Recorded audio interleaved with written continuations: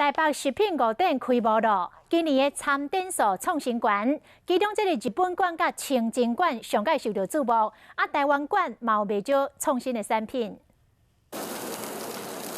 食品店有这个好处，有通食，阁有通掠。今年台湾馆海产真济，三位渔业者推出为头食到尾，为鱼糜、鱼水饺、鱼甲肉拢有，连鱼篮嘛无拍算。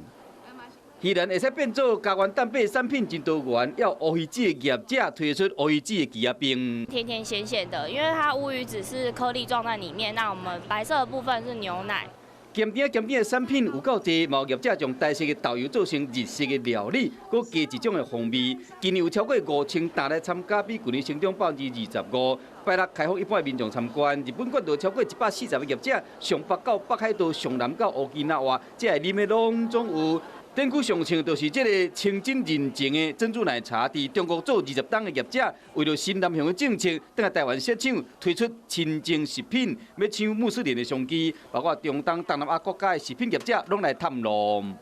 因为马来新竹在马来西亚有大概70%都是马来人，所以你可以如果吸引到他们来的话，你的销量会更加的好。